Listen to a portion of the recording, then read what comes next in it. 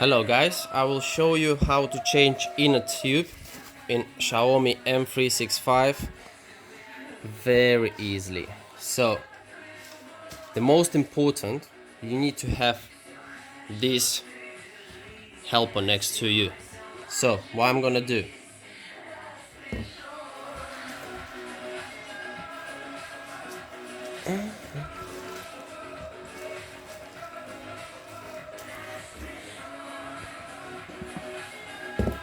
also this side.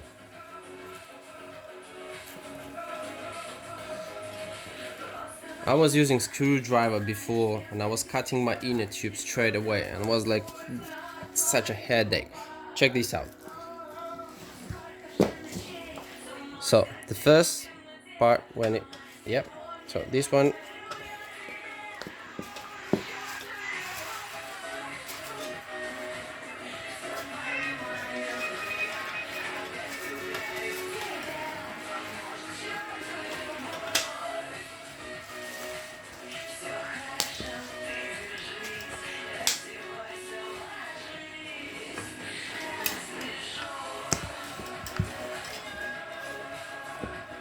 that's it. No screwdrivers, nothing.